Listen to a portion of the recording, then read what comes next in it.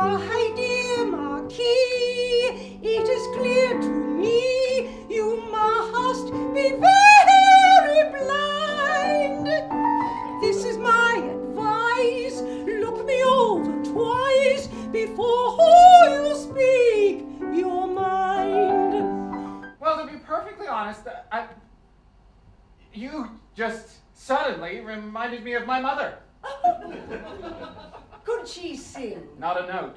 That's what I mean. Well, it's just been terrific to have this play come to us and that the audience are just roaring with laughter. Con un cochinero. Con lo poco que me pagan se van a ser ustedes mismos.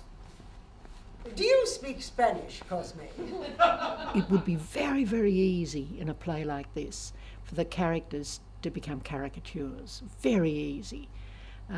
But these actors have been so terrific. I'm Barry CREYTON. I play St. Clair Bayfield in Glorious, who was the boyfriend of Florence Foster Jenkins. Florence. Well, that'll do. Noeline and I have known each other for about 150 years. And the funny thing was, 150 years ago, when we just first started in show business, we used to meet at Barry's flat, because I lived at home with my mum and dad, and we used to play Florence Foster Jenkins records. Little did we know that One day, 40 years later, we would be playing in a play about her, which is this funny play called Glorious. I love the accent. Do you I struggle to retain it sometimes, but I don't want to talk like everybody else here, do I?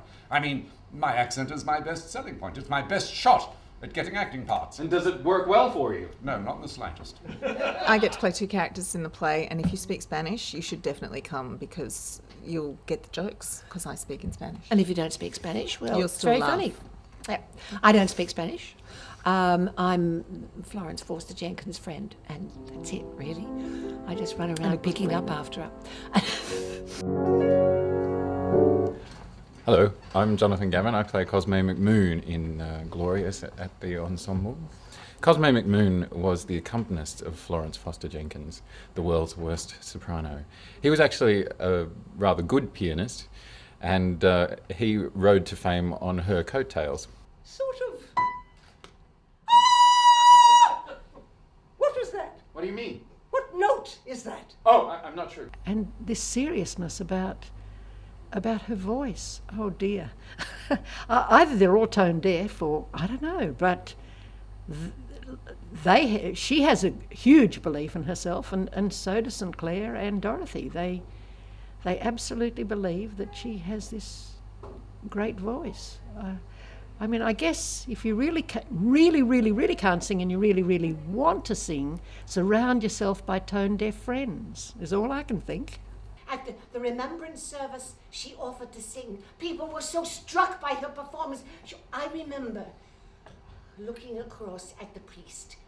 He was so overcome that he was shaking like the possessed. It really is such fun, and the audience have the best time. We've just done a play Rabbit Hole, which was fairly tough, so this is such a complete change, and I think it's great that people can come along, particularly when they're talking about elections and people get really serious about politics. Hey, just come and have a really good laugh. When I first was cast in this play, a number of actors around town said, "You are the luckiest actor in Sydney to be working with Noeline Brown and Barry CREYTON." And I have to say they were lying.